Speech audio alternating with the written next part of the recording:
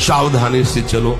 यह आज प्रसंग है इस विषय का, इसलिए सबसे विनय करता हूं कि यदि आप संयम से चलोगे तो इस जन्म में भी सुखी, शांत और बलवान रहोगे और आखिरी में तुम्हें महाआनंद सिंधु प्रभु स्वीकार कर लेंगे।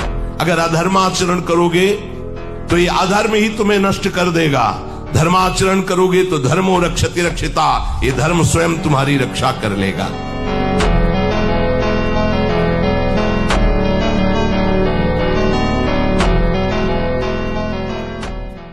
महाराज जी, मेरी उम्र 14 साल है। मैं अखंड ब्रह्मचर्य का नियम लेना चाहता हूँ।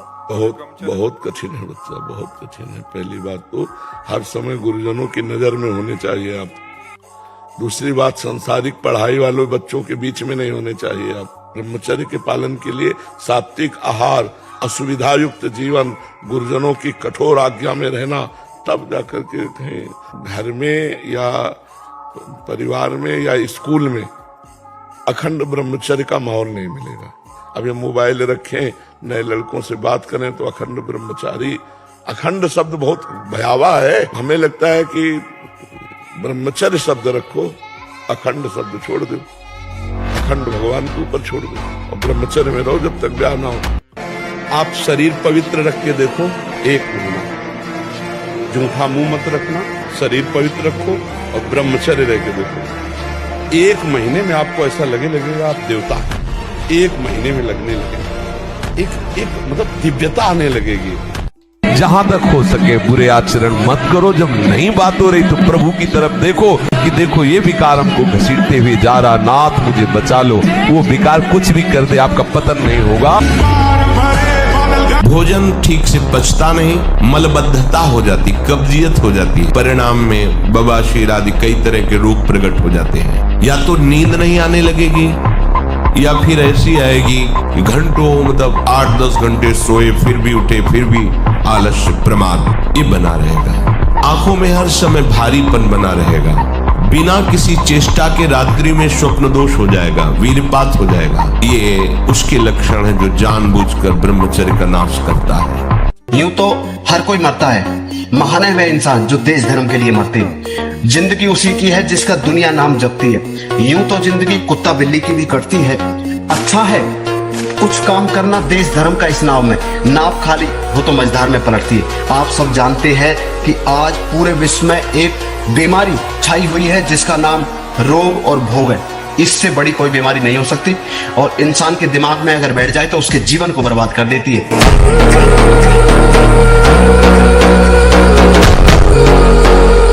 ब्रह्मचर्य आ जाता है, शरीर भले रोग से ग्रसित हो तो विचार शक्ति इतनी बलवान होती है कि शरीर शक्ति के हीन होने पर भी वो प्रसन्न है। ब्रह्मचर्य बहुत बड़ा वरदान है। क्रोध, हर समय गुस्सा, शांत रहने का अभ्यास। शोक, कुछ भी नष्ट हुआ, मार अंदर से टूट गए, अब क्या होगा ऐसा नहीं। प्रभु है, आज असफल हुए कल हम सफल हो जाएंगे। उत्साह नहीं होना, शोकित नहीं होना। तृष्णा, जो भोग भोग चुके हैं उनकी याद में पुनः भोगों को भोगने की इच्छा। लोभ, अधिक से अधिक और भोग संग्रह हो जाए, संपत्ति हो जाए अधिक से अधिक। चुगली करना, किसी की भी बात सुनकर किसी और को बताना, ये सब पतन के मार्ग। दाह, किसी के सुख को देख के जलना कि क्या करें जिससे इसका ये सुख नष्ट हो जाए, ऐसी वृत्ति होती। ब्रह्मचर्य नाश हमारा संपूर्णतया नाश।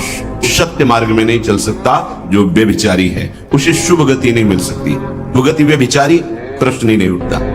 हमारा सुख, आरोग्यता, तेज, विद्या, बल, सामर्थ्य और स्वतंत्रता, ये सब ब्रह्मचर्य के ऊपर निर्भर है। ब्रह्मचर्य है हमारा जीवन आनंदमय है। ये हमारे जीवन का आधार स्तंभ है। आधार स्तंभ टूट जाने पर कितना भी कीमती भवन हो ढह जाता है, वैसे ही वीर्य नाश होने पर सर्वस्व नाश हो जाता है। भगवान शंकर कहते हैं कि जो वीर्य को नष्ट कर रहा है वो मरा हुआ पुरुष है, और जो वीर्य को संचित कर रहा है वही परम जीवन वाला कहा जाता है, महान जीवन वाला कहा जाता है। ब्रह्मचर्य एक महान बल महान तेज है जो कभी तुम्हें झुकने नहीं देगा, टूटने नहीं देगा। इसका प्रश्न है। खूब नाम जप करो, गोवध आश्रित रहो, माता पिता की सेवा करो। अभी नई अवस्था है, ब्रह्मचर्य पर दृष्टि रखो, गंदे आचरणों की वृत्ति वाले लोगों का संग न करो, दृश्य न देखो, वैसा बात न करो। उसे ब्रह्मचर्य रहना ही है, इसीलिए इसको शुरू किया।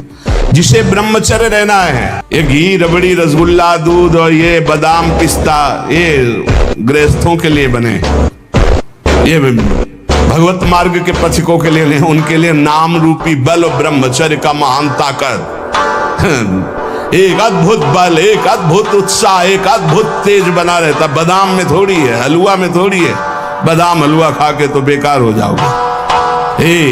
शुद्ध सात्विक थोड़ा अन्न एक बार डाल लिया शरीर पोषण के लिए, बस जल, व्यायाम, प्राणायाम, ब्रह्मचर्य, इससे बहुत बड़ा बल प्राप्त होता है।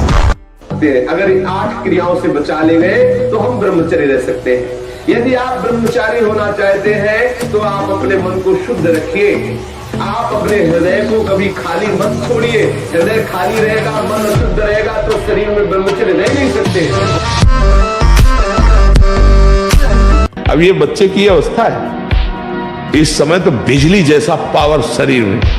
18-20 की अवस्था मतलब समझते हो, उद्दंडता की मूर्ति, मतलब हर समय एक शरीर में दिव्य तेज, दिव्य कांति, दिव्य उत्साह। अब आजकल के 15-18 वर्ष के ऐसे बच्चे कि अगर 4 सीढ़ी चढ़ के आए तो गांठों में ऐसे आदत। अब ऐसी अवस्था में तो 5 बार 8-9 खंड की अगर बिल्डिंग हो तो उतर चढ़ के जाए फिर भी ऐसी दशा न हो, क्योंकि ब्रह्मचारी अवस्था होती है। ये जो ऐसे बैठे हो, लार बह रही है, ये सब ब्रह्मचर्य वो एक तेजोमयी ज्वलंत शक्ति है। अपने आप कोई भी रोग, कोई भी शोक, कोई भी ताप उसे स्पर्श नहीं कर सकता। शरीर को 2-4 घंटे तो इतना श्रम होना चाहिए कि वो एकदम फैल जाए, इतना श्रम होना ही चाहिए ब्रह्मचर्य पचाने के लिए। ब्रह्मचारी हो, बोले ब्रह्मचारी चश्मा लगा, ब्रह्मचारी ब्लड प्रेशर की गोलियां खा रहे, ब्रह्मचारी मच्छर नहीं उड़ रहे ऐसे, और ब्रह्मचारी लारबेरी नाम भले ब्रह्मचारी, भाई हमें तो नहीं पता कि ऐसा भी ब्रह्मचारी मतलब ज्वलंत शक्ति।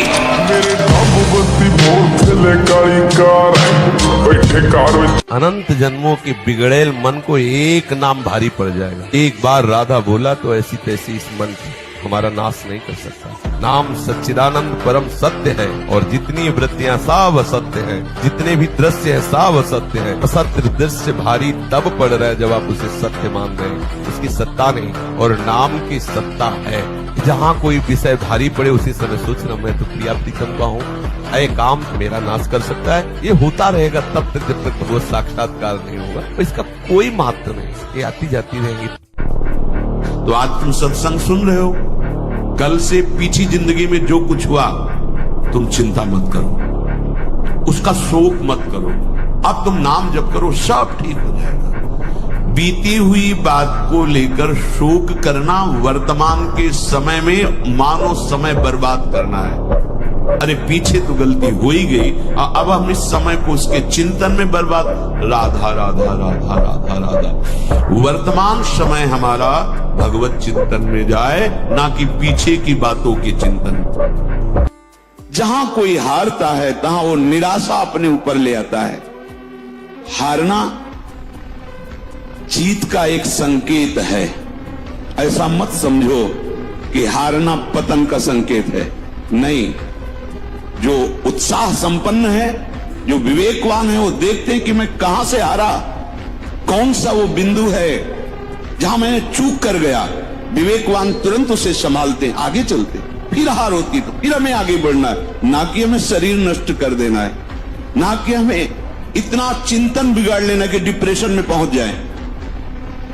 हर परिस्थिति हमारे कर्म के अनुसार रची गई है, अब हमको संभालना होगा उसका।